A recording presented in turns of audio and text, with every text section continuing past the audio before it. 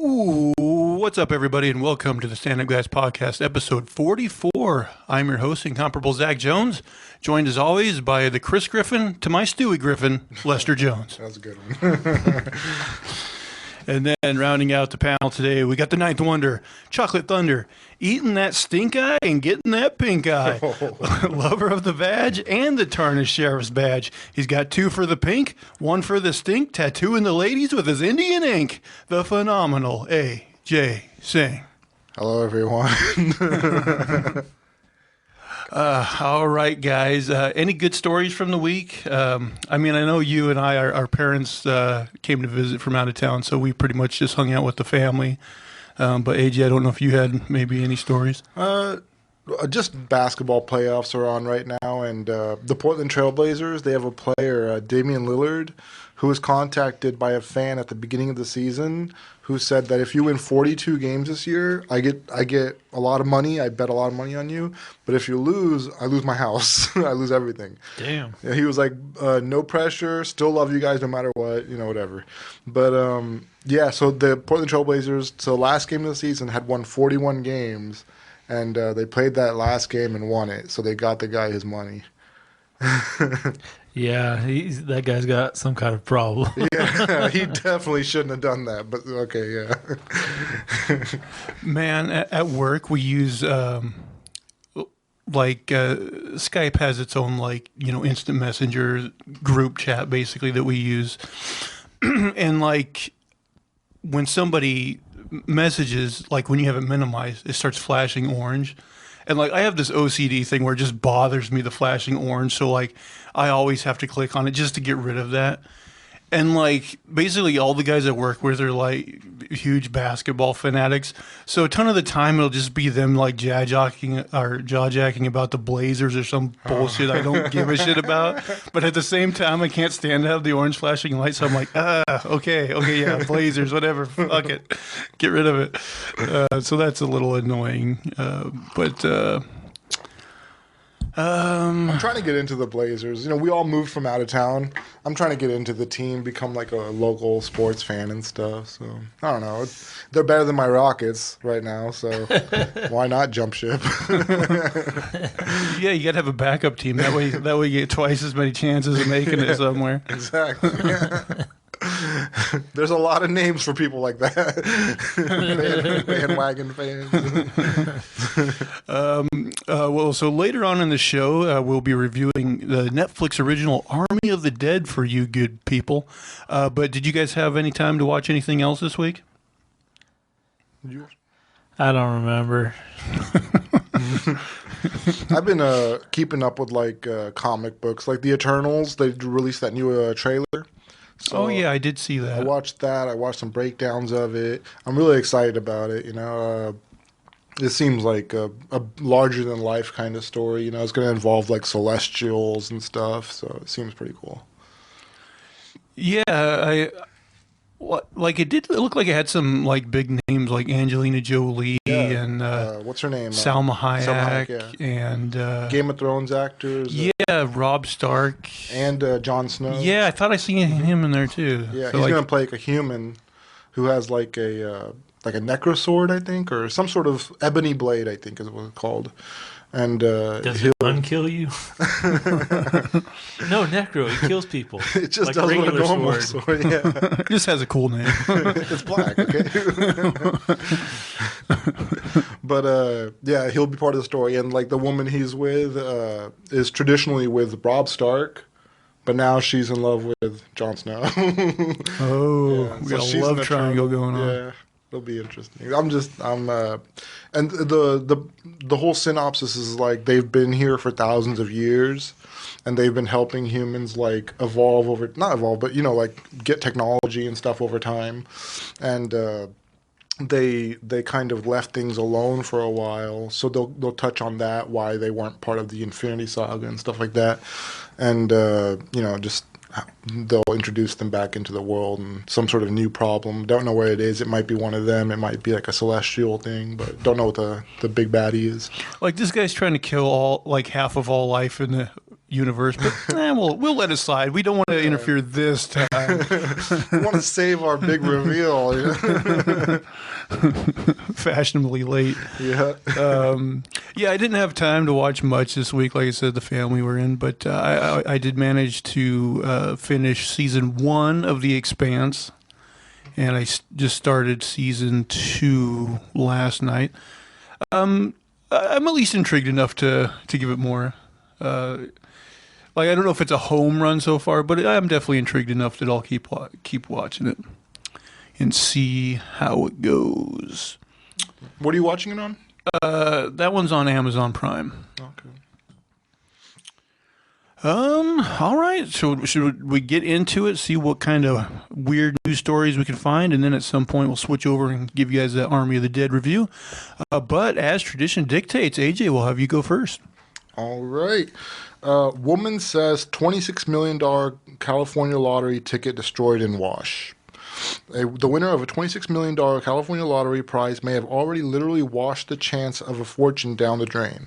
The winning Super Lotto Plus ticket for November 14th drawing was sold at an Arco AM/PM convenience store in the Los Angeles suburb of Norwalk. Thursday was the last day to redeem it. Nobody did. Store employee Esperanza Hernandez told the Whittier Daily News that a woman came in Wednesday and told workers that she had put the ticket in her pants and it was destroyed in the laundry. The store's manager told KTLA-TV that surveillance video showed the woman who bought the ticket, and she's known to store workers. A copy of the surveillance video was turned over to California lottery officials, the manager said. The claim will be investigated, lottery spokeswoman Kathy Johnston said.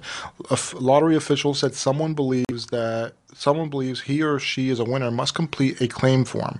But if someone loses a ticket, they must provide evidence that they owned it, such as a photograph of the front and back of the ticket, the official said. The winning numbers were 23, 36, 12, 31, 13, and 10.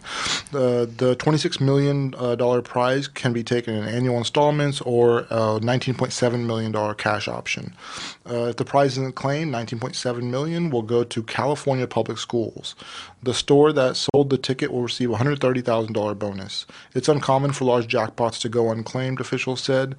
4 prizes of $20 million or more haven't been claimed since 1997, including a $63 million prize from 2015.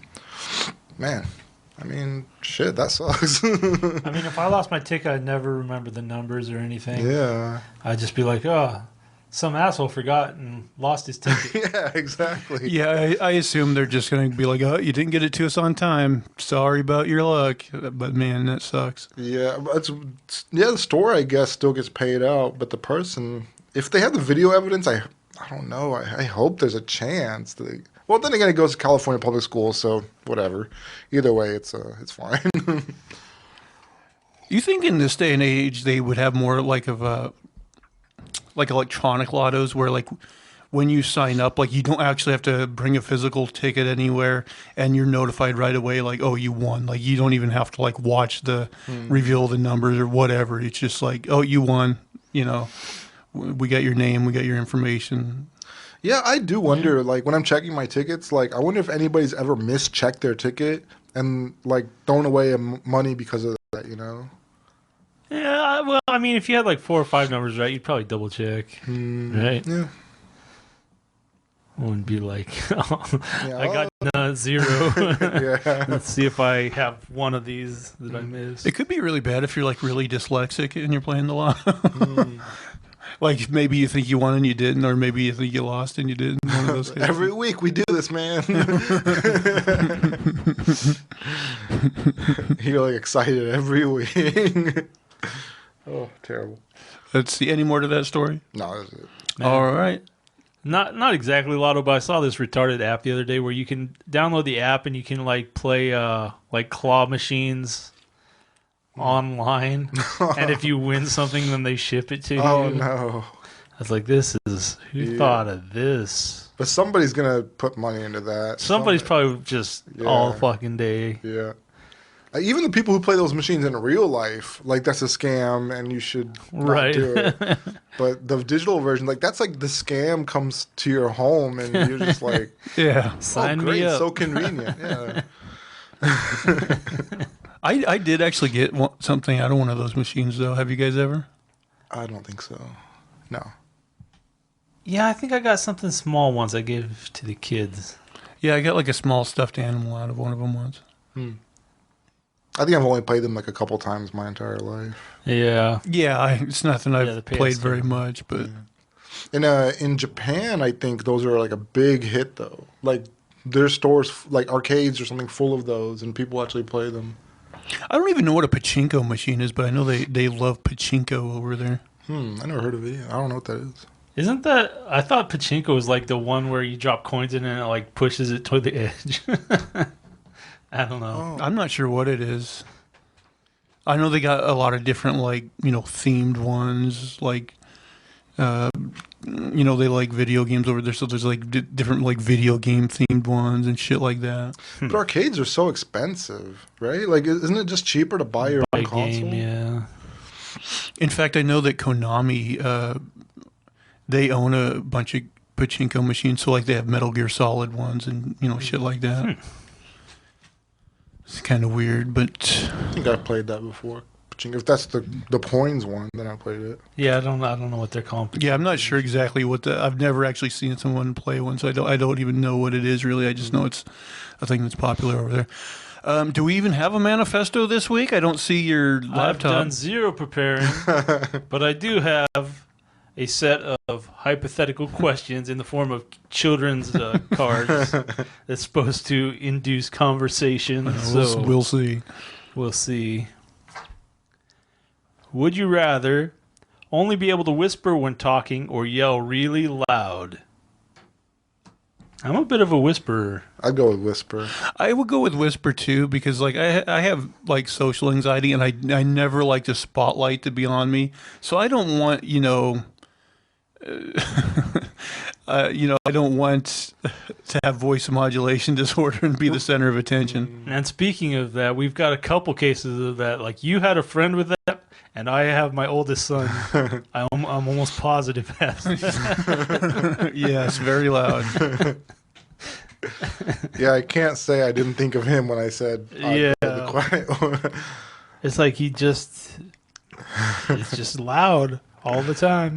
Although you're kind of screwed either way because like me with the social anxiety, like I the other thing is that, like I don't want to go up to somebody and whisper in their ear, That would be very uncomfortable as well. Yeah, and like in emergency situations, if you need to call for help, you can't really do it. Call 911. I'm dying. I used to have nightmares when I was a kid where like someone would try to abduct me and like I couldn't scream. Like even if I could see like our parents. Oh yeah. Just nothing. I've had dreams like where I'm like half awake, so I can't scream, I can't move. Oh, you like the paralysis. Yeah. So like somebody's in the room and I'm just like trying to move, trying to do anything I can. And just, Yeah, I don't get that a lot, but when you get it, it is freaky. yeah. But yeah, that's. I've also had ones where like someone's following me and I'll get like a gun, but for the life of me, I cannot pull the trigger. Like your hand just like a block or something. I know after I watched It Follows, like I had a couple of those dreams. Just fucking follow me. That's such a good movie. I still think about that sometimes. Like, what It is definitely creepy. Yeah. That's how I play tag with my kids at the playground. Yeah, I mean, Just slowly walk towards them. What if you go across the ocean? Does that thing like go to the bottom and like keep walking? I guess you'd think that would take some time. Yeah. Yeah, you should be able just to go to like one location and then like every 6 months go to the other side, Right, and it'll just keep having to walk back and forth across the ocean. You can go bank somebody in the Philippines and then like Pull Norway. Put like a GPS on that Like thing. you make this thing like it's gonna have to do its work to get back to you. It'll be a waste of time. All right. So this story I thought was a little interesting. 7 arrested after cops find cult leader's mummified corpse in Colorado home. Veneration of dead saints is a feature of a vast majority of religions, but usually the saints' earthly remains aren't stored in a sleeping bag with Christmas lights wrapped around them. But that's how police discovered the body of Amy Carlson, 45, leader of a Colorado-based cult called Love Has Won. Her followers knew her as their mother god. It's insane that cults like this still exist. The cops arrive at the home in Moffat, Colorado. My stupid phone's reloading.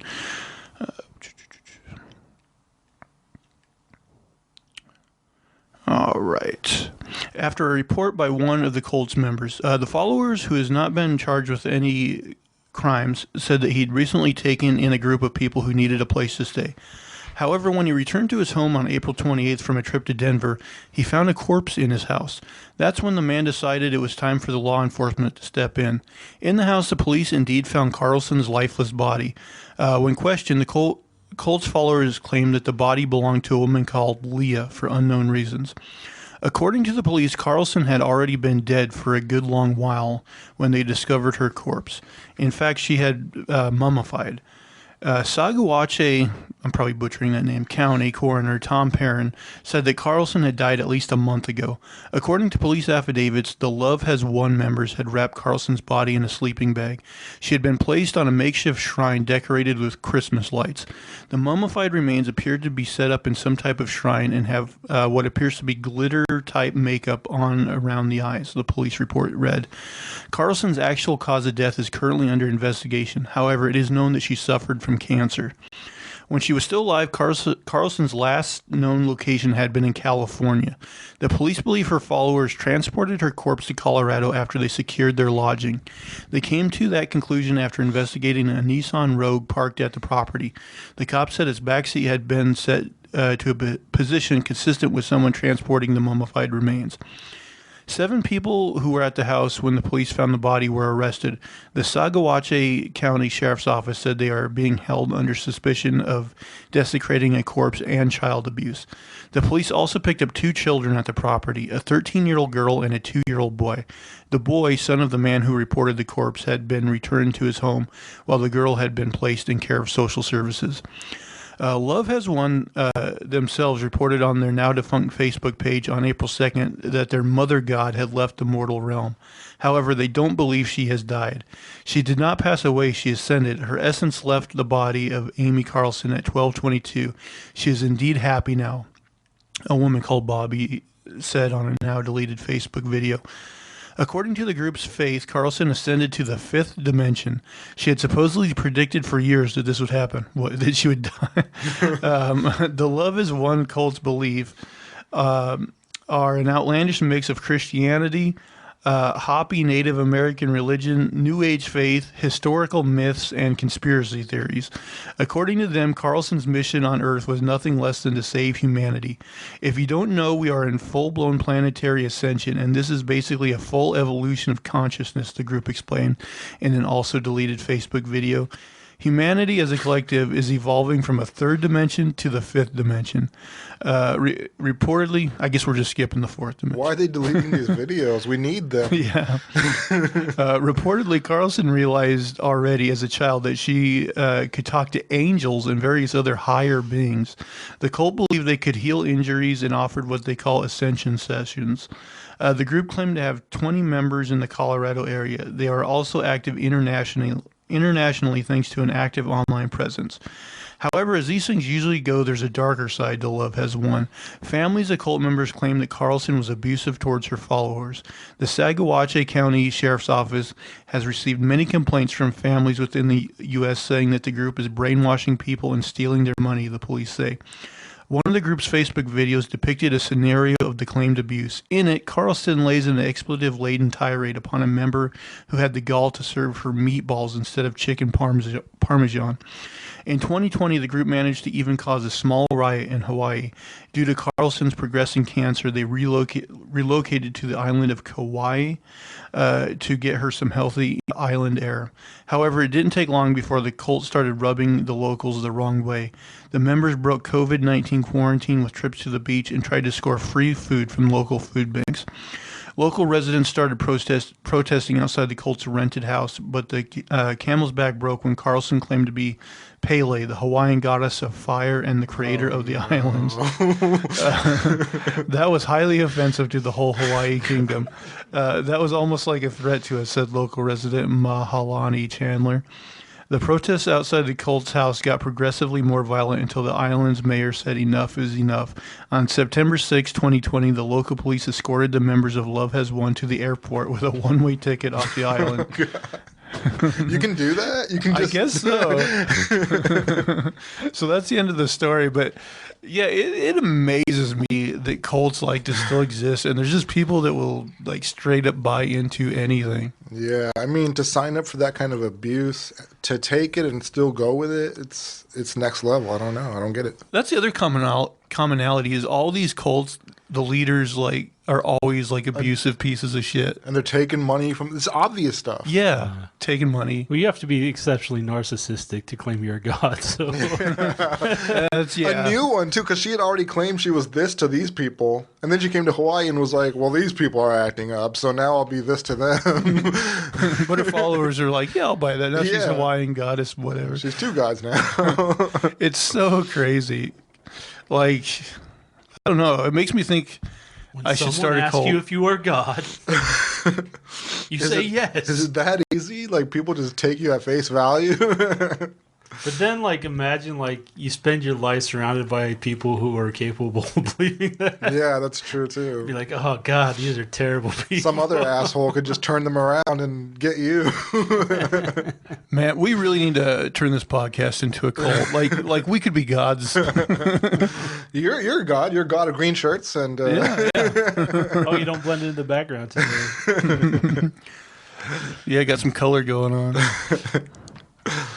but Although yeah, we could get that's the green nuts. screen going and I can just blend in real good. Greens of. Floating head. Yeah. So yeah, and then like the whole thing about like they mummify her corpse and then for some reason drive her from California to Colorado. No, I thought they had.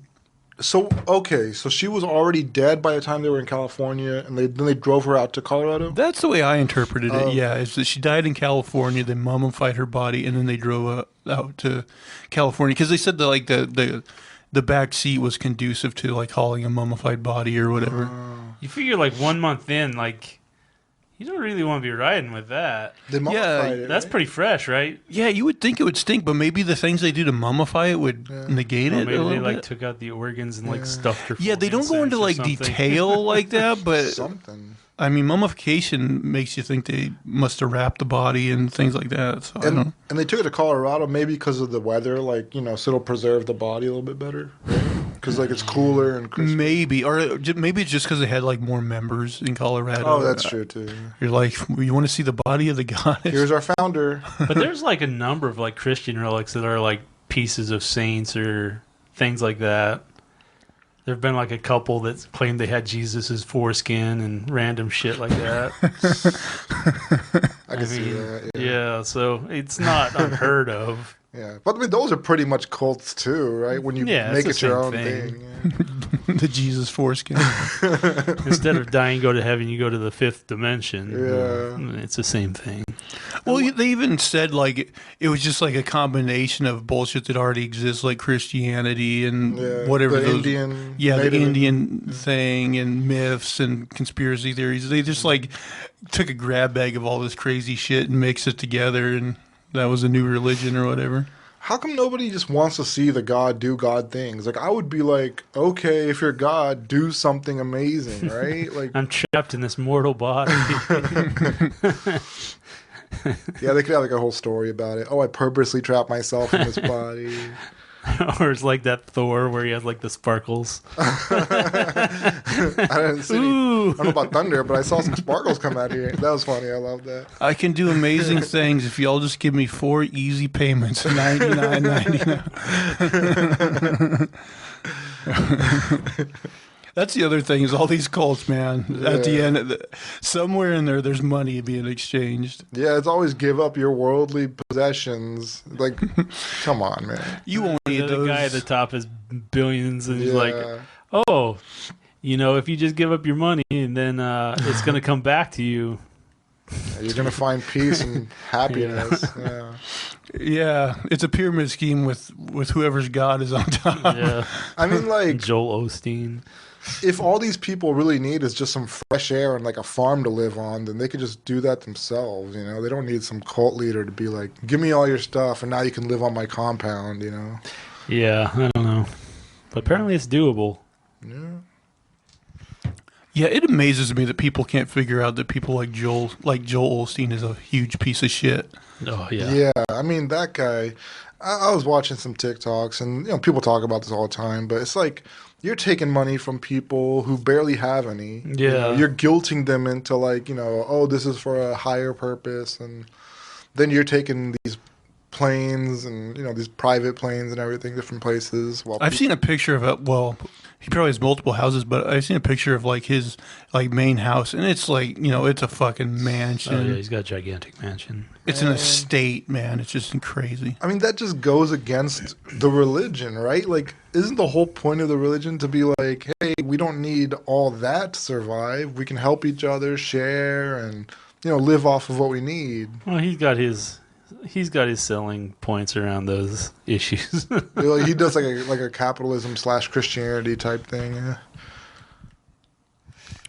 All right, AJ, should we move on to your second story? All right. This one also touches on Houston. That's where Joel's from. A tiger went missing in Houston for nearly a week. That's how the search unfolded. Or here's how the search unfolded, and what's next for him. Jose Ramos looked up from his dinner and met a strange sight outside his Houston home last Sunday. A tiger. He grabbed his phone, snapped a few pictures of the animal sitting in front of his yard, and posted them onto the neighborhood forum, where the shots quickly grabbed the attention of an off-duty deputy living in the area.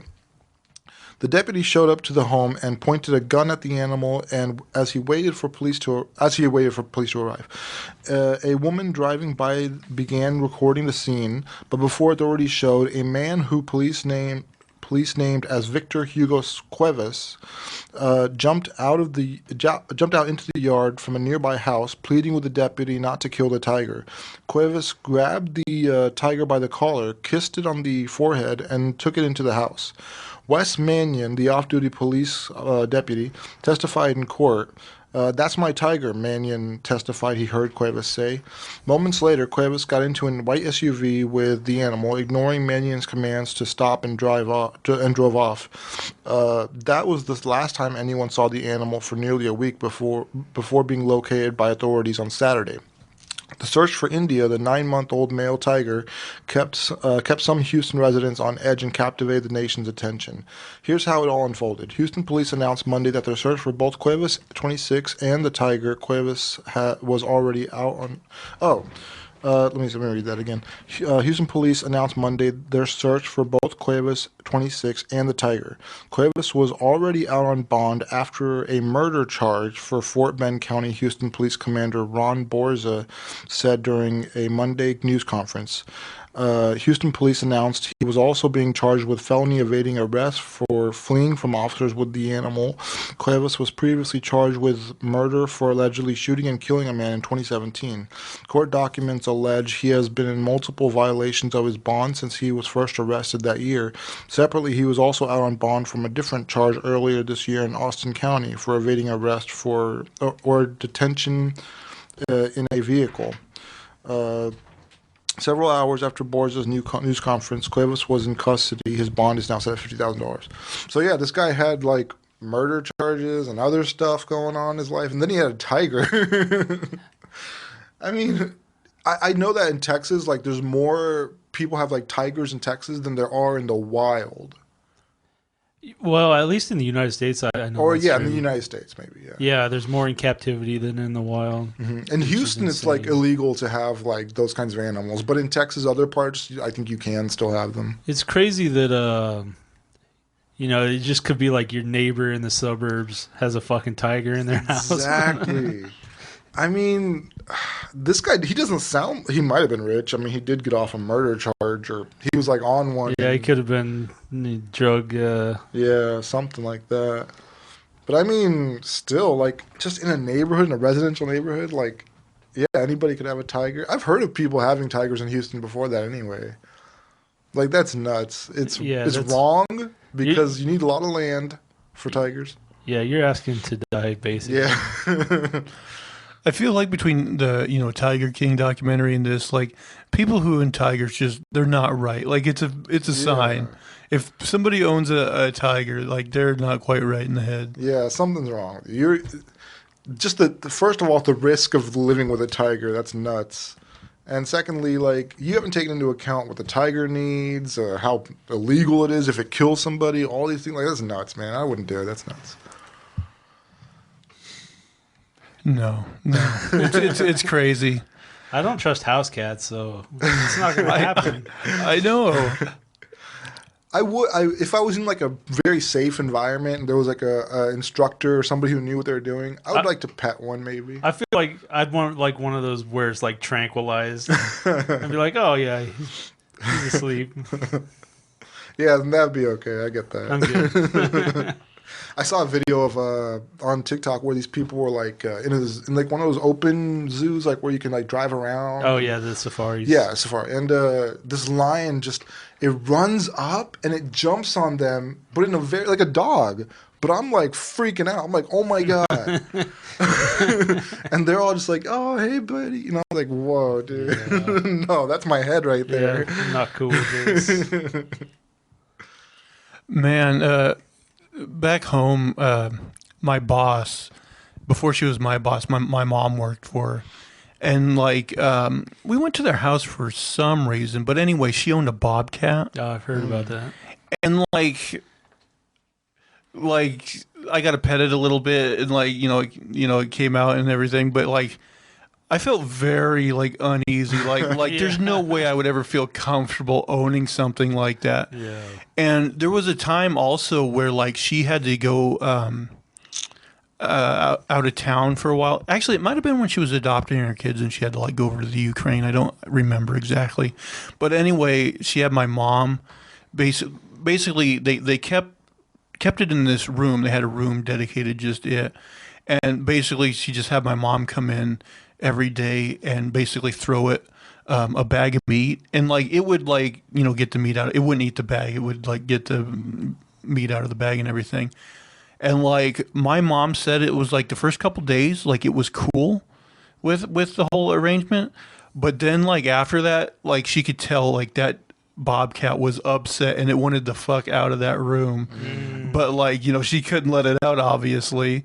And like, but yeah, but the thing is like she had that bobcat for years, and like she adopted her kids and had it around the kids and everything. Oh, no. And like, there's no way I would trust a cat like that around myself, let alone little kids. Yeah. I mean, it never had an incident, and eventually the cat died. But, but yeah, I was just like, I was surprised she felt comfortable having it around her kids, but it didn't bother her. Yeah.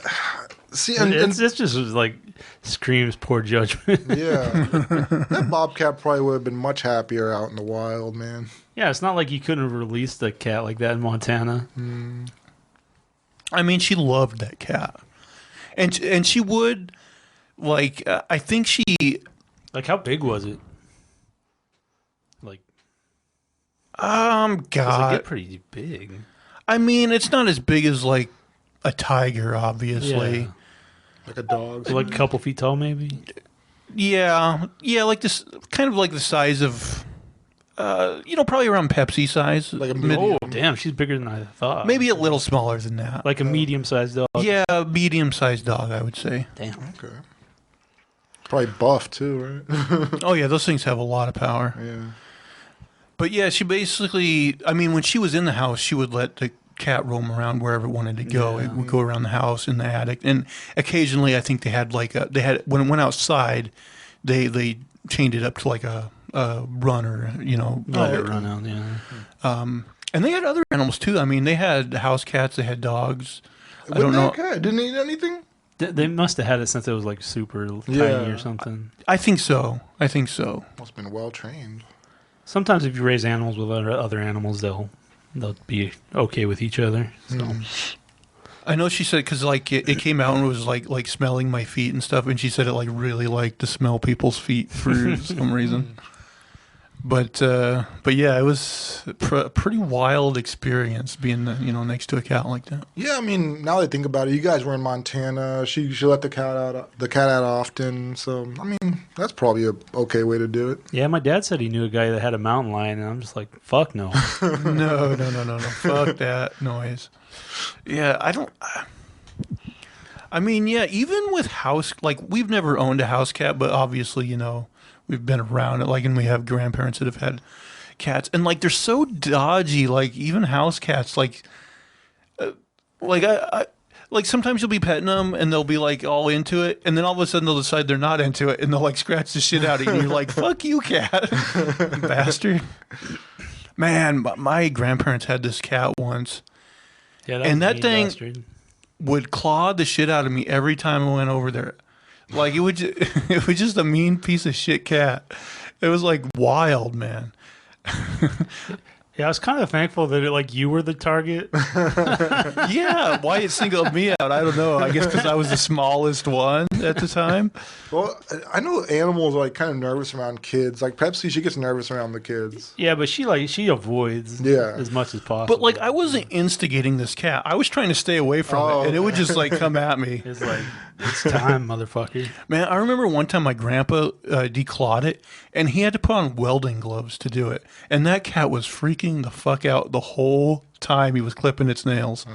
Oh, you said declaw. Oh, yeah, he did that himself? Sorry, not declaw, just nail clipping. That cat maybe should have been declawed. It would have saved me some hassle.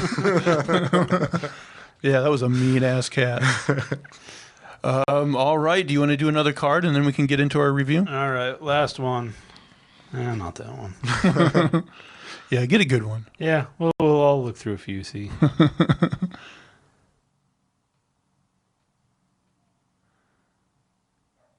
Maybe. What do you look up to in stories or comic books? What about them inspires you? Or who do you look up to? I like underdogs. Fictional characters. Underdogs, yeah. Oh. Yeah, I guess a good underdog's always good.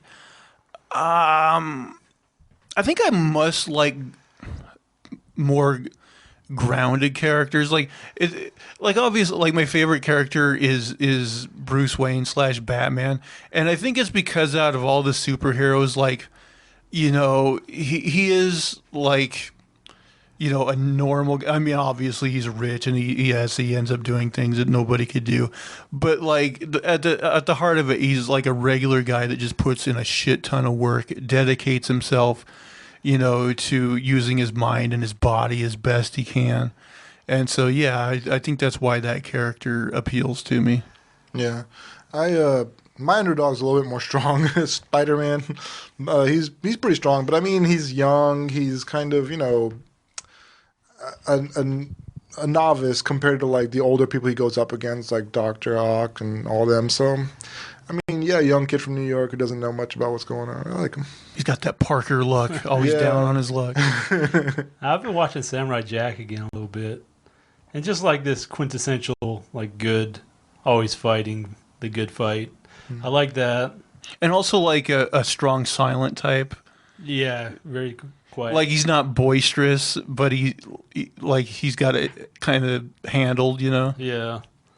Yeah, he's quiet confidence. Hellboy's another big one for me. But I love his origin story and everything. I think is strong. And the artwork's great, so. In Hellboy 2, I thought that guy, the twin, who was right, a total... that was a really good one. I liked him a lot, too. I thought, man, that guy can fight. That's cool, man. Yeah, Hellboy 2 is a great movie. Yeah, I'd like to see some more Hellboy movies. Well, they gave me one. I didn't watch that one. Apparently it was such a huge piece of shit that you couldn't watch it, so I never tried. Hellboy as a comic is kind of hit or miss for me. Some of it works for me, and some of it I'm just yeah. But yeah, the art's good, and the characterizations of Hellboy is good. So, all right. How do you like zombies and characters who shoot zombies? Do they do it for you? It's a rough transition. Sure, yeah. All right, guys. We watched Netflix's Army of the Dead, so you know what that means. We got to bring you a review. I like to play this game. It stinks. Did you guys look at what the tomato rating is? I think it's like 70-ish. What do you think? I'm guessing like 56. 69. Oh. Nice. All right, guys. So I'm just going to go over the synopsis of the movie, and then we'll give you our spoiler-free impressions, and then after that, we'll get into a more detailed plot breakdown and our spoiler review. All right, so the official synopsis of the movie reads as thus. From filmmaker Zack Snyder, Army of the Dead takes place following a zombie outbreak that has left Las Vegas in ruins and walled off from the rest of the world. When Scott Ward, Dave Bautista, a displaced Vegas local, former zombie war hero who's now flipping burgers on the outskirts of town he now calls home, is approached by casino boss Bly Tanaka, Hiroyuki Sanada, who I believe played Scorpion in the Mortal Kombat movie we reviewed not long ago. It's with the ultimate proposition.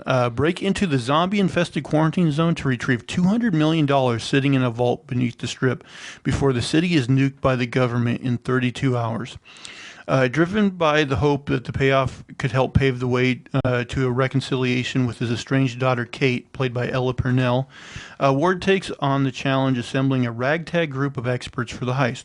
They include Maria Cruz, Ana de la Reguera, an ace mechanic and Ward's old friend, Vanderhee, played by Omar Hardwick, a zombie-killing machine, Marianne Peters, played by Tig Notaro, a cynical helicopter pilot, Mikey Guzman, played by Raul Castillo, Go for Broke influencer, and Chambers, played by Samantha Wynn, his ride or die. Martin, played by Garrett Delahert, the casino's head of security, a badass warrior known as the Coyote, played by Nora Arzeneder, who recruits Burt Cummings, Theo Rossi, a slimy security guard, and a brilliant German safecracker named Dieter, played by Matthias Schweighöfer. Scott finds an unexpected emotional hurdle when Kate joins the expedition to search for Gita, played by Huma Qureshi, a mother who's gone missing inside the city with a ticking clock, a notoriously impenetrable vault, and a smarter, faster horde of alpha zombies closing in. Only one thing's for certain in the greatest heist ever attempted: survivors take all. So yeah, well, first of all, like, I don't know about you guys, but I didn't know most of the actors in this movie. Like, obviously, I knew Dave Bautista, I knew Tig Notaro, the helicopter pilot, and I knew the slimy mustache cop just because he played on Sons of Anarchy. But everybody else was like kind of unknown to me. I don't know. Yeah, I knew the slimy guy from Luke Cage. He played Shades in there. So he was like a prominent character. Oh, yeah, he was in that, wasn't he? I felt like a lot of them were like people I'd seen before, but I didn't specifically know. Couldn't place them. Yeah. I saw Paz de la Huerta. I think that's her name. Huerta? I'm not sure. The lady, she was in Eastbound and Down. Eastbound and Down. She was like one of his hookups. He met her in Mexico. Yeah. Okay, From there, but that show is crazy, by the way. Yeah, that show's nuts. I watched a few seasons of that. It's been a while, but yeah. Like, they fucking let it hang out. Yeah. I think I watched the pilot once, and then I don't really remember any of it. All right, guys, so what did you think? Spoiler-free impressions to kick off here. What did you think of the movie? I liked it. There were things that I wish had turned out, differently. But I did like it. It was what you signed up for. Yeah, I that's kind of how I feel. I feel like there were a lot of things that didn't make a lot of sense, but at the same time, they fit most of the pieces together. And they did some genre mixing. It's pretty popular these days, but they put it as like a heist, but it's also kind of like a suicide mission because a lot of them die. Mm-hmm. And then, you got the whole zombie thing going. So a lot of stuff mixed in there. There are a couple art sources like Frank Frazetta and Bernie Wrights, and I think they pulled from them. And there's some pretty strong visuals, and there's a lot of like great shots I feel in the movie. Like there's lot of aesthetic value, I think, which I found pretty. That's one thing about Zack Snyder. Say what you will about him, but he definitely knows how to get some like good shots. Yeah, there's some great shots, and there's a lot of like fun little elements like the tiger and you know, stuff like that. So and Snyder, like if you give him enough time, he can build a good story around everything. Like I didn't feel like I was missing any piece of the story. Like, how did this happen? Yeah. Stuff like that. You know, he put it all out there. The pieces were there, but some of them were just a little bit awkward. Mm-hmm. Yeah. Yeah, we'll get into that. But I thought this movie was like totally serviceable.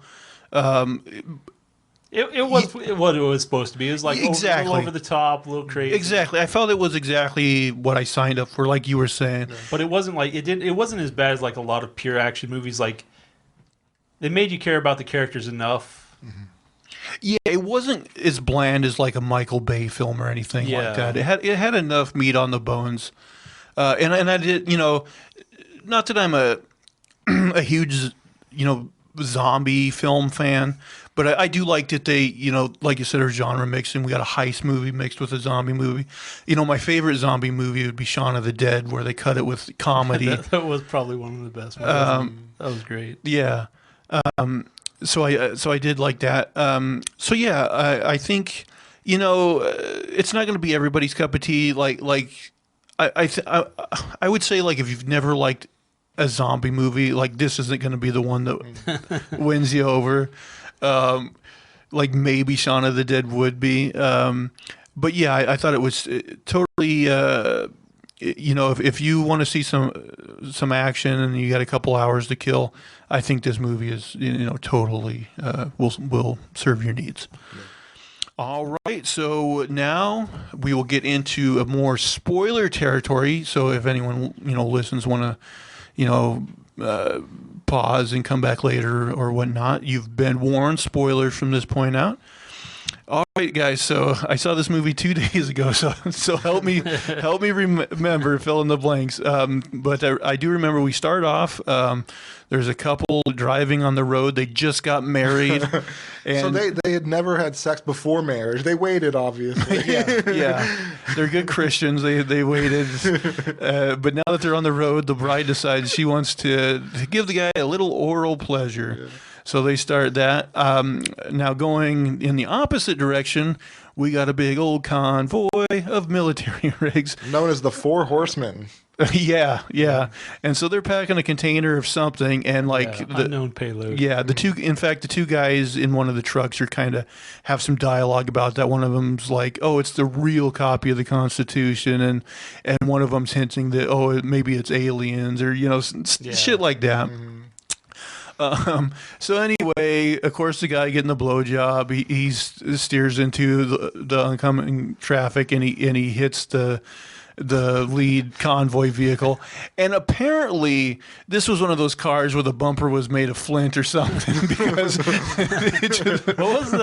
what was that car? There was like the Pinto. Yeah, like if you rear-ended it, it just exploded. Yeah. Oh. Yeah, that one was the rear bumper. Apparently this one's the front bumper, because I mean, this thing is not a normal car crash. It just causes a big old fireball explosion. Instant death. And so the metal container these guys are transporting, you know, it gets knocked off, and then it opens up, and like the league, like one of the guys is calling, like, you know, military HQ, and they're like, "What's your situation?" And he's like, "That's not good. We need support." And it's like, "Oh," and the package is open, and the woman on the line just like, "Get the fuck out of there!" And but of course it's too late. And there's also he lazily says, "Hey guys, we need to go." Oh, yeah, it's not like hurry the fuck up, get out of there. It's like, guys, I think maybe we should think about turning back. But of course, by then it's too late. This zombie's out, and he's just fucking wrecking shop. The two guys that had the dialogue in the truck, they run a little bit trying to get away, but the zombie catches up, fucks him up. Yeah. Now he doesn't like. Well, I guess he kills them, but then like you can tell they're a little bit different. Like, yeah, there were a few different zombies. There were a few there. because they like sync up with the zombie that killed him, so you can tell like there's a kind of a different zombie type thing. Yeah, they're the going alphas. Yeah, there's some story like if the lead zombie bites you, you become like one of these smart Yeah, alpha zombies, I guess. But then, Yeah. like, if one of the other ones bites you, you're just like a regular, like, dumbass zombie. Yeah, so they did try to create their own kind of zombie lore in this movie, which we'll get into. But anyway, the three of them, like, they get up on this hill, and now we can see that they're right on the, like, border of Las Vegas. So then it breaks into basically the opening credits, which kind of plays out like a zombie movie in and of itself, where like we're kind of introduced to like Dave Bautista and the other cast members, and like they basically become the like zombie survivors, and we just see them kind of wrecking shop, shooting zombies, and the black guy, his like metal saw, he's like cutting them up and shit. I do remember, like, just as the credits are getting over, like, there's this woman that wasn't Batista's wife, because we'll get into that, but I guess, like, a fellow survivor, and, like, right as they're almost out, like, she gets hit by, like, captured by zombies, and they just drop this, like, fucking shipping container, like, That is kind of weird, because I didn't pay attention to that, but they did kind of play out like that was his wife. And then, like, later there's something else. Yeah, apparently it was just, like, another person in the survival His group. side piece. Yeah, because he kills his wife when she got Yeah, like he kills his wife later when she gets zombified or something. Yeah. So I think from there we basically cut. It doesn't. I don't think it tells, but I think several months later, Batista is now out of there, and he's like cook now. He's just a cook at a burger joint. And like, I'll say one thing: this movie doesn't waste time. They ramp up and tell you what the plot of the movie is pretty quick. So this rich Japanese guy, I think he owns the casino that they're something like that. Yeah. He basically tells them, "Hey, I got this $200 million in this vault of my casino. I've already been like reimbursed by the FDIC or whatever. So like, if you go in and get this money, I'll give you like $50 million of it or something." Yeah. Which you think he could at least give half. But Yeah. like, it's a pretty big risk. And then this might have been before or after that, but we're introduced. We find out that Batista's daughter, she like volunteers at this camp to help, like, I guess people that were displaced survivors from Vegas. They're basically living in a camp right outside of Vegas. Now, this is a thing that confused me, and I think you too, that we never really got a beat on, was like, what's the deal with these people?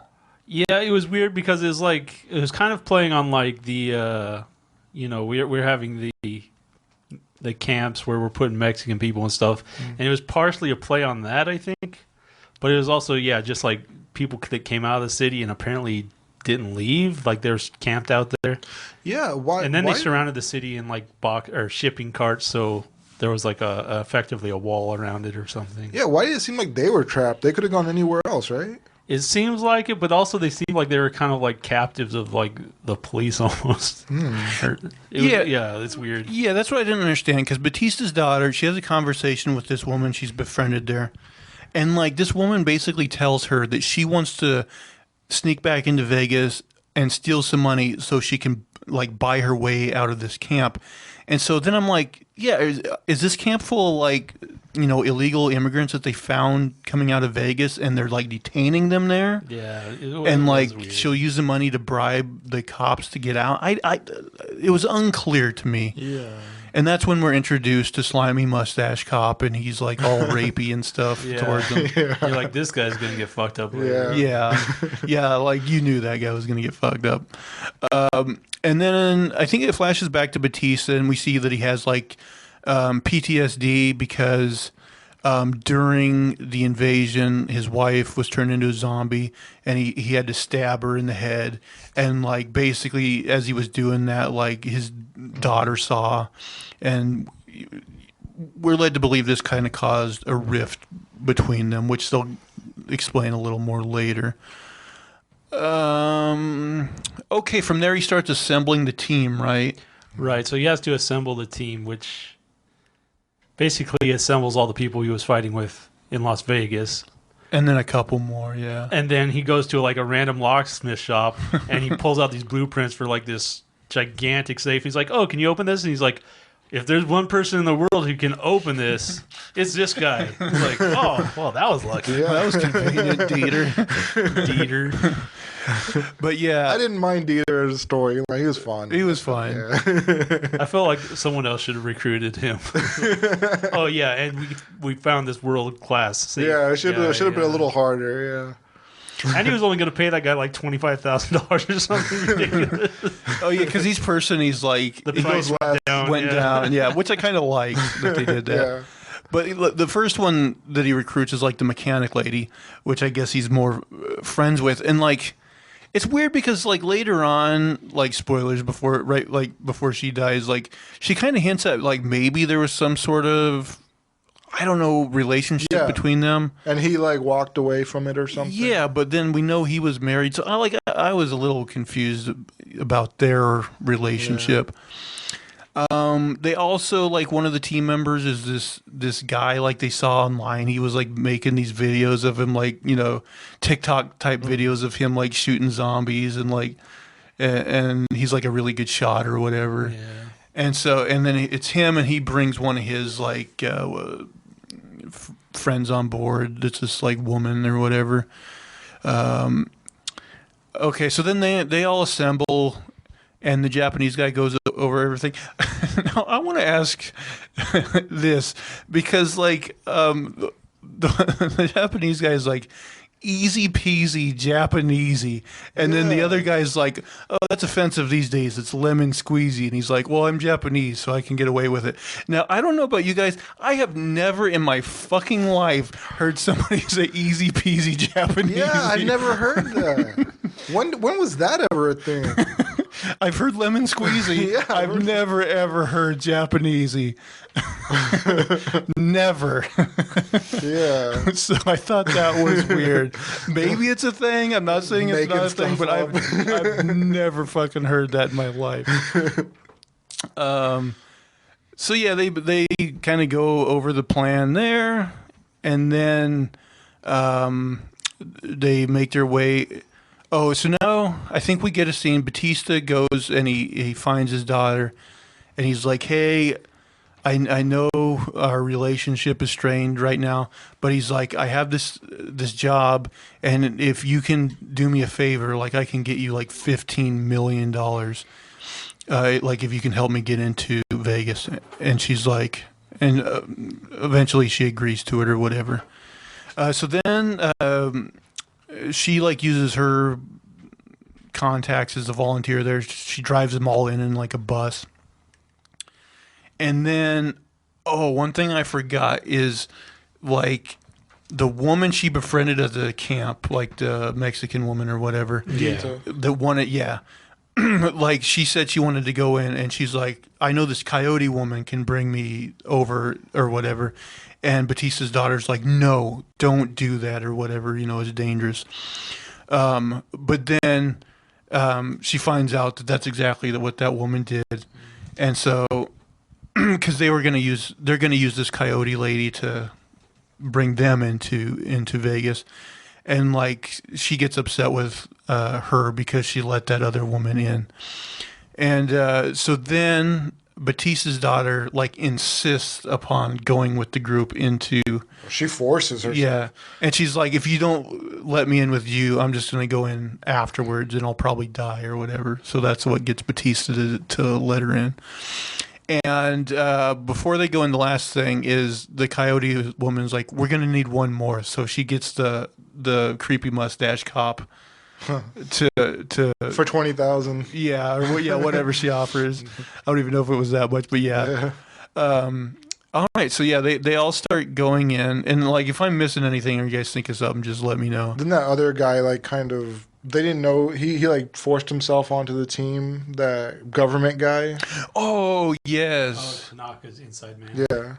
Now, What was the Japanese guy's name? I just said Tanaka. Yeah, it's not. it might have been. Maybe I'll Good jump. guess. Maybe I'll jump around a little bit because I do want to talk about this guy, this inside guy, because he does some things that I don't think are necessary, You're right. like at all. So, like, we find out that They could have killed him and everybody else. yeah, basically what we find out is that the Japanese guy, he doesn't care at all about the money. He wants the head of one of these zombies so that he can, zombies. yeah, so he can study it and make his own zombie army. Now, for one, let's talk about that. Isn't a zombie army kind of a shitty idea? Because, like, we can see how it devastated Vegas, but they basically got lucky that they were able to wall it in on Vegas. Because, like, if they would have unleashed this and it just went worldwide, like, everybody would be fucked. Like, a zombie army seems like a terrible idea. Yeah. Well, what if you just like release it in like New Zealand and then be like, well, nobody ever go to New Zealand ever again. Yeah, I guess if you want to dominate an island country, you're Or a continent that you never want to see again. That would be nuts. Yeah. but yeah, it I don't get just the logic. yeah, it seemed totally illogical to begin with.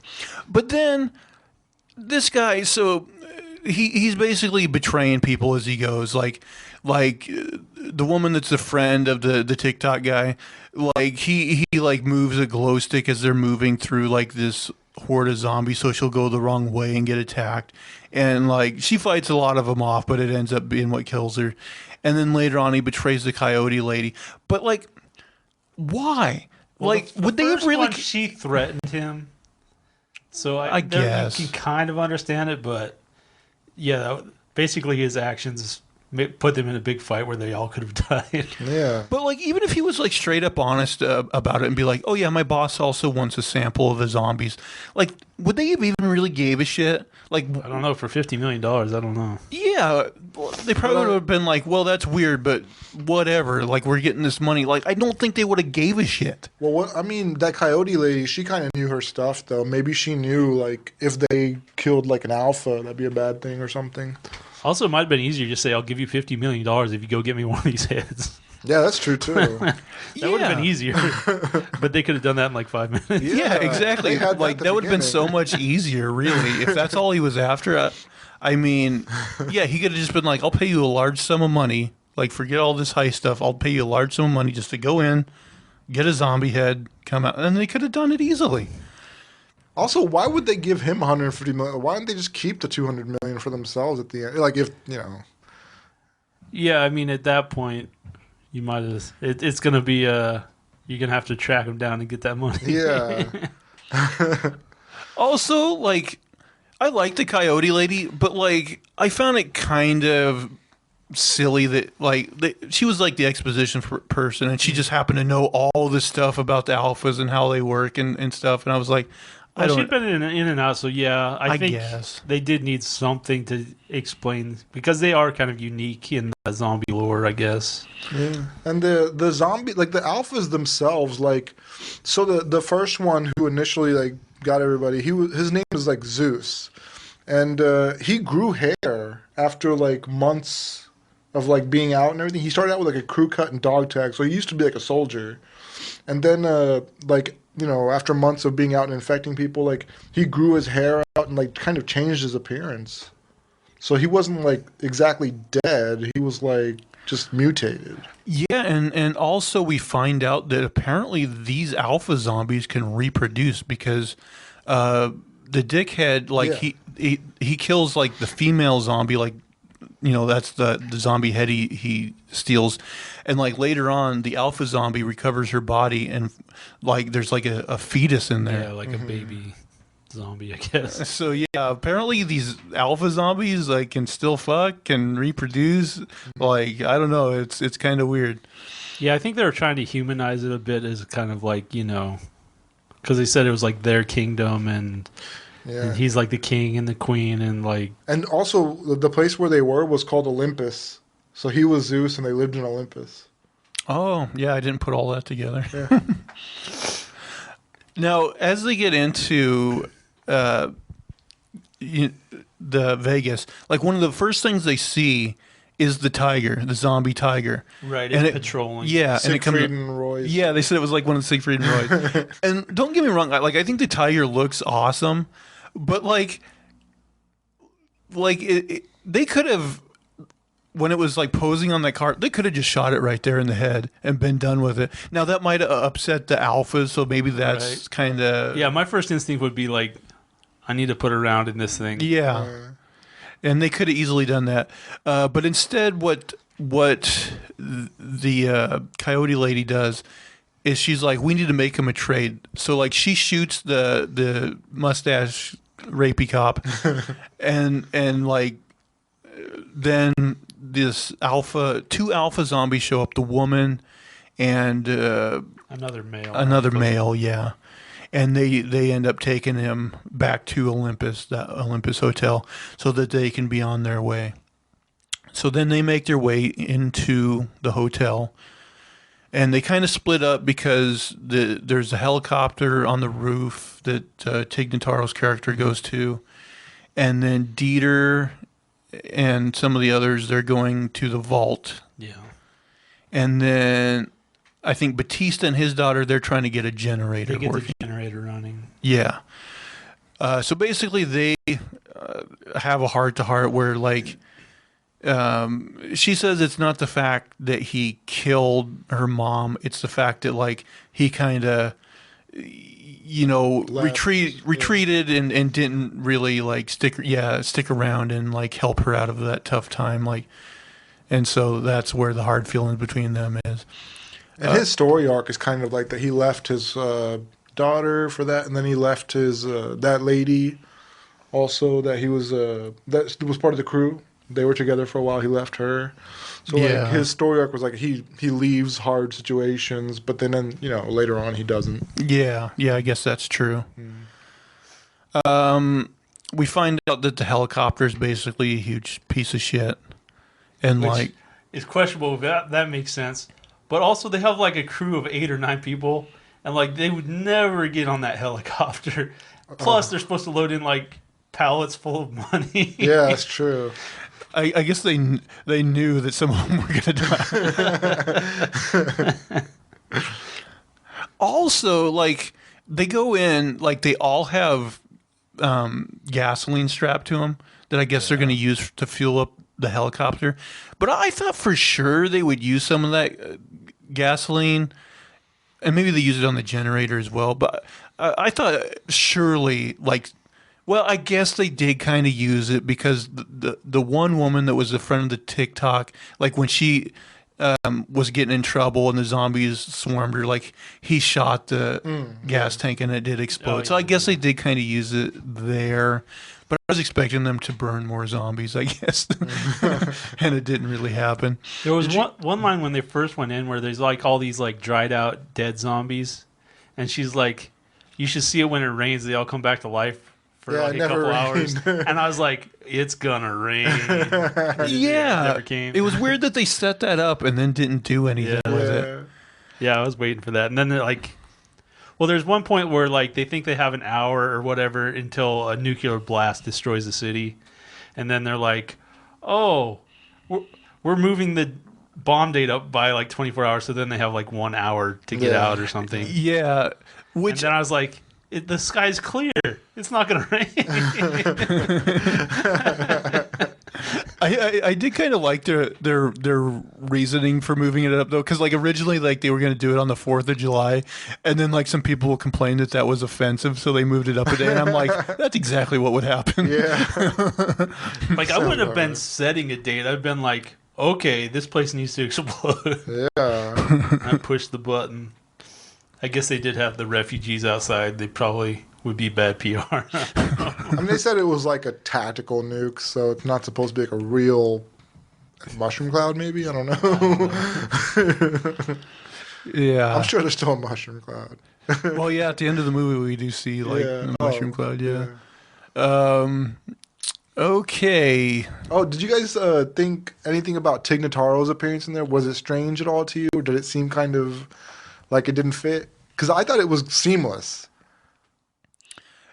You know, the only thing is, I think they try a little too hard to make her seem like a badass. Like she's always like chomping on a cigar and things like that. Gasoline into the helicopter. Yeah. So this is mission critical. Like I didn't really have a big problem with her, but yeah, I think they maybe tried a little too hard to make her come off as a badass. Maybe, I don't know. So like with her, I don't know if you guys know this, but Chris D'Elia, he was originally playing the pilot in the movie. And they got rid of him, and they had to like do all these reshoots with Tig Notaro, and a lot of them, I don't know if all of them, but a lot of them were with green screen, so she's not actually with the rest of the cast. And so they had to like kind of splice her into it. Yeah. So I thought it looked really good. Yeah, well, I didn't know that, and I couldn't tell, so they must have done a good job. Yeah, they were saying the people who did Superman's mustache, he could have used that crew. I will say that, like, with Tig Notaro, like, she also, like, plays a part on Star Trek Discovery, and her character, like, comes off the exact same way. So, maybe she has limited range, and they're just like, we know how to write her. I don't know. Yeah, she always seems like she doesn't give a fuck. Okay, so then down in the vault, there's like all these weird booby traps going to the vault that they're using like zombies to do. So like the first one just like shoots a bunch of tranq darts. The second pressure plate like has like machine gun fire, and then the third one just has like makes the sides of the walls like crush it, and like I thought those were maybe a little silly. Yeah, and he didn't really know how many or what booby traps there were, even though he had like the blueprints, right? I was like, but he knew there was a pressure plate.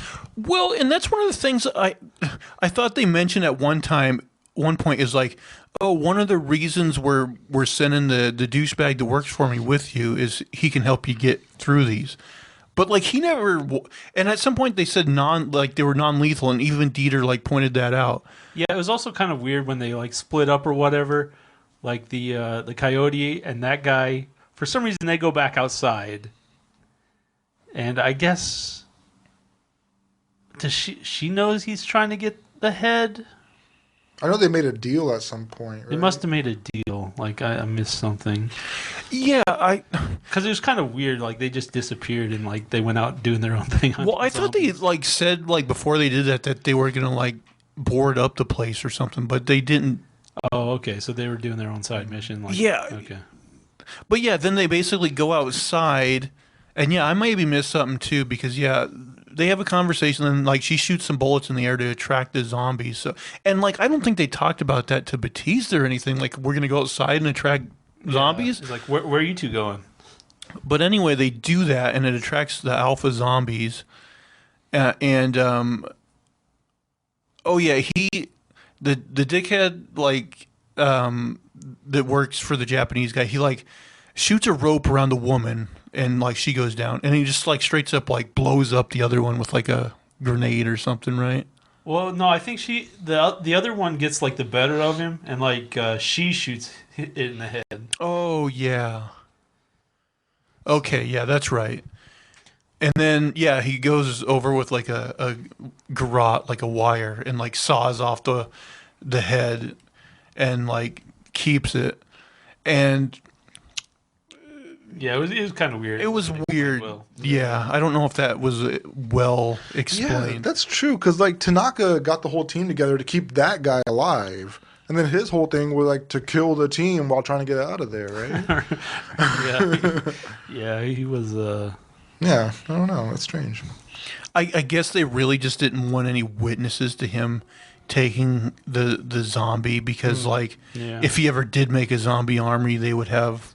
Yeah. Witnesses, I guess, that he was behind. I'm searching here. They don't really explain it that well. Makes sense. So yeah, I thought the booby traps were a little like entertaining, but a little outlandish. Like I don't see anybody actually putting those kind of booby traps in there. But anyway, they make it to the vault, and Dieter.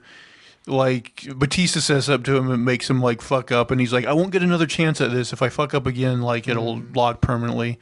But he does his thing, and eventually he opens it up. There is the money inside. They start packing up the money. And, that's when Batista has a conversation with the mechanic lady. Well, actually, first he has a conversation with his daughter, and they, I think, start getting closer. He talks about a food truck or something. And then he has a conversation with the mechanic lady, and that's where we find out that they must have had some sort of relationship. Because she, like, calls him out on it. Yeah. And then it's at that point everything goes to shit. The elevator opens up, a bunch of zombies grab the mechanic lady, like, twist her neck and kill her. Well, right. Basically, when the queen had her head cut off, then the king, like, he finds her. Oh, that's right. That's when he takes her body, but like he basically sets all the zombies out to attack the building. That's right. I forgot that bit. Yeah, because he like gets her body, brings her back, and that's where we find out too that there was a fetus inside her and all that. So yeah, now it's on. He sends all the zombies and himself over there, I believe. Right, and he shows up on he has a horse, and he comes in a horse. And that's where the Frank Frazetta shot comes, because he's basically this famous painting of the Death Dealer. So I thought that was a nice touch. But there's also, like, his makeup kind of reminded me of, like, Bernie Wrightson's, like, Frankenstein stuff. Mm-hmm. Like, it was definitely, you could tell they pulled from some different art sources. And like I said, some great shots. Yeah. Was the horse, like, undead or something? Or there's a zombie horse as well. Oh, okay.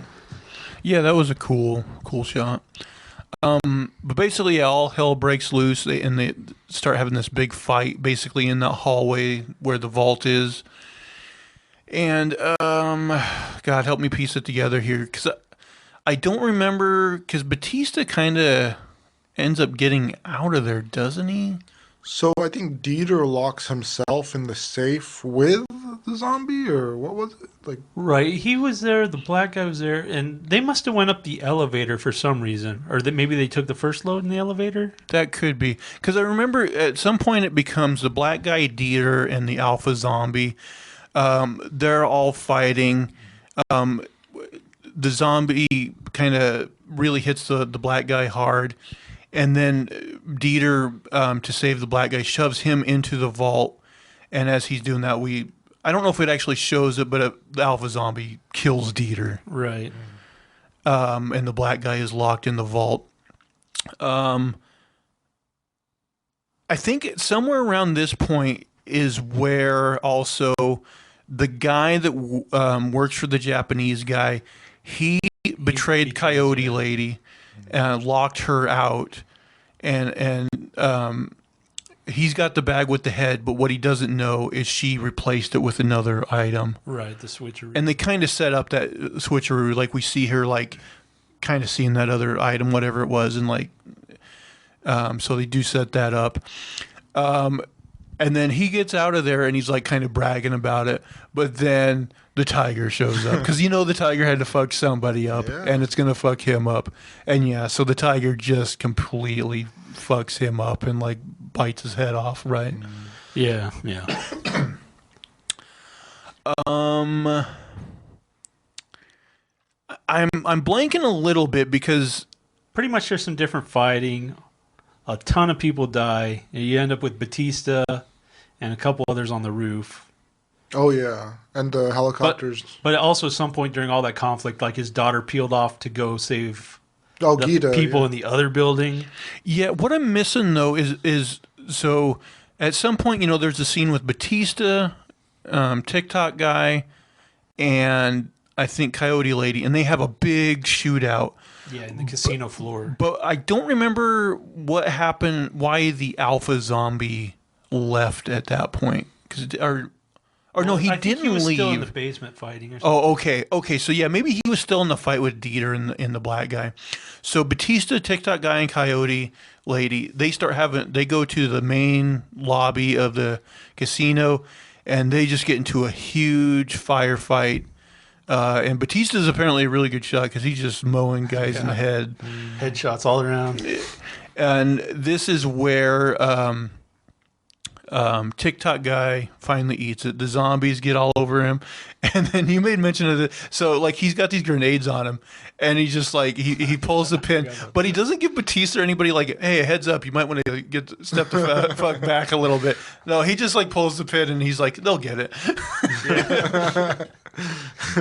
They never heard a pin before. So yeah, he blows up and takes a bunch of zombies with him. So then, I believe Batista and Coyote Lady make their way to the roof, and no, I think I'm misthinking. So I think and his daughter, I think. Yeah, I think this is where Batista. Oh yeah, no, they do go to the roof, and I think Batista at this point does know that his daughter went. Right, she's missing. So like they get in the helicopter, but like and I think Batista gets flown off, but Coyote Lady has a standoff with the alpha zombie. Right. Well, they were like in the middle of that conflict, I think, right? And then like she gets like harpooned against the wall. Yeah. But she has like the head. The head of the. So they have like a Mexican standoff, and then Batista flies away. Yeah, Batista flies away, and Coyote Lady throws the head. Throws the head off the building, and then it explodes on the ground. Yeah. Why'd the head matter to the zombie? Well, it was still his queen, and like the head was still alive. Oh, Yeah, the head was still alive, so I think he could still like I guess talk to her. Yeah, get the blowjob. I started going back to the beginning of the movie. You just threw away a perfectly good blowjob. So yeah, now Batista he's flown over to the Olympus, and now Batista's daughter's met up with the woman she was trying to find, and another girl that was there, and this is where dickhead mustache cop comes in. Oh, and earlier we didn't go over, but he was bitten by an alpha. Yeah, he became an he alpha. was in the process of zombie transforming. himself. Yeah. He kills like one of the other no-name woman that was with him, and then Batista's daughter, I think, just shoots him. Right. Yeah, something like that. Puts him down.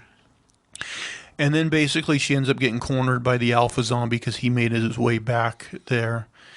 And like they're about to get killed by the alpha zombie, but Batista's now in the building, and he has to like move a mattress or something. But he gets there just in the nick of time, and he like doesn't he like shoot some sort of like I want to say grenade or something that explodes, like a grenade or like a signal flare or something. Yeah. Anyway, it puts the alpha zombie down for at least a little bit. So then they go outside. And Tig Notaro character has flown the helicopter off, and like before he left, he's like, "Don't be a dick and leave me" or something like that, right? He's like, "Don't fuck me," but it appears she does. But then we hear the helicopter, and she's like, she changed her mind, and she's coming back for him. So they get in there, but that gives the alpha zombie time to get back up to the roof, and before they can get away, alpha zombie jumps into the helicopter. And like the helicopter does this dive to where they probably should have just died, I guess, but they don't. So yeah, like they're fighting Batista's fighting the alpha zombie while Tig Notaro's trying to fly away, and like the nuke is like 5 minutes out or something. And like at one point, like the gun goes off and it shoots Tig Notaro, and like the way they shot it, I was like, I thought he just like straight up like blew her brains out, and like, but then like apparently not. Apparently, he must have shoulder. Yeah, must have hit her like in the chest or in the shoulder or something. And so they're flying. They're outside the border wall, and Batista gets bitten by the alpha zombie. Right, before blowing its head off. Yeah, before blowing its head off. How'd the alpha lose his mask? He had this like bulletproof mask. I think he took it off at some point. Oh, that was dumb. Yeah, I'm not. Maybe that explosion in the hallway knocked it off. I don't know, because I don't think he had it after he like came to the roof. So I think he probably lost it then. Okay. So then Alpha Zombie's dead, but Batista's bitten. And at the same time, the nuke is going into Las Vegas. It explodes, big old mushroom cloud, and big old blast that's hitting the helicopter. Yeah. It causes the helicopter to crash. And then basically Batista's daughter starts to stir out of the wreckage. Tig Notaro's dead. They never show the other woman. I'm assuming she's dead. Yeah, they don't show her dead, but she's just gone, and like you never figure it out, but presumably dead, I guess.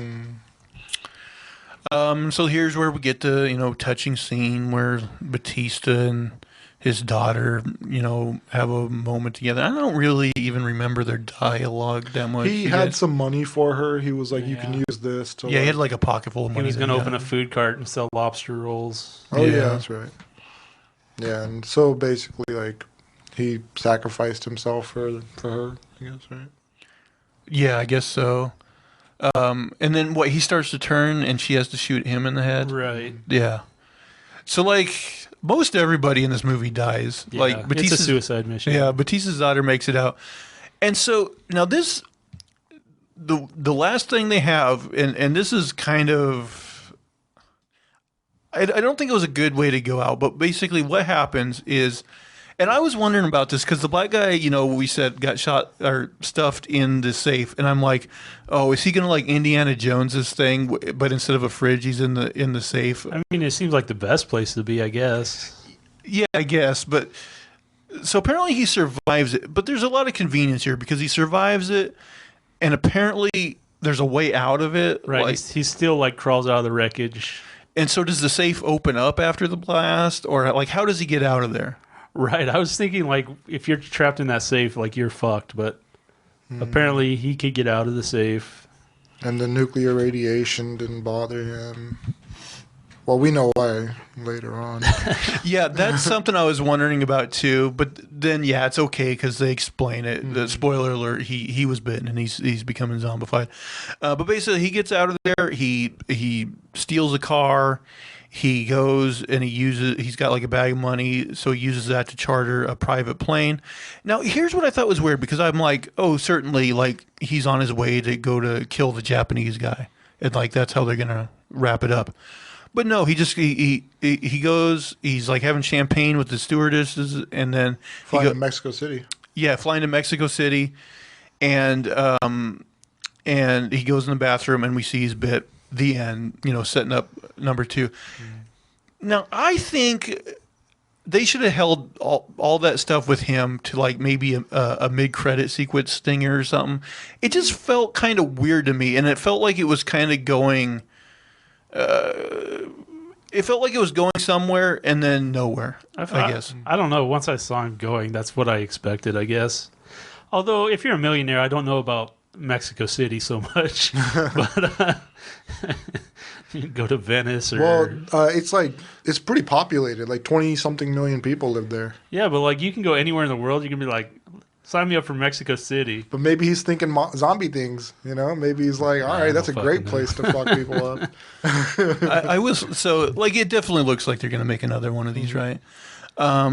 Since this one was a zombie movie mixed with a heist movie, I hope the second one will be, a zombie movie mixed with something. I like the idea of it being mixed with a different genre. Yeah. I'd like to see more hierarchy with the zombies, too. Learn a little bit more about what's going on with them. Maybe they evolve or something. Or yeah, the society was interesting. They were definitely interesting. They had more depth than most zombies, so. Yeah. So I guess the black guy, he'll be the alpha zombie. I guess he's the new alpha, yeah.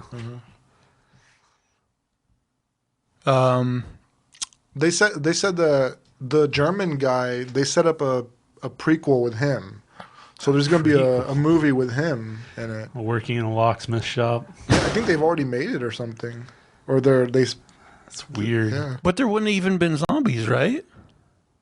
No, there's some sort of story with him. I don't know what it is. Dieter gets a movie.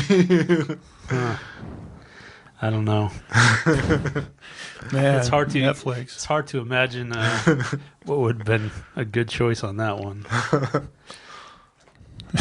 Yeah, I didn't hear that. That's not like an April Fool's type thing. That seems weird. I don't know. Sounds like an Onion article or something. I don't know. Is there anything else you can think of that we left out, or maybe any things you guys wanted to touch on? Well, I'm about 30 seconds away from shitting my pants.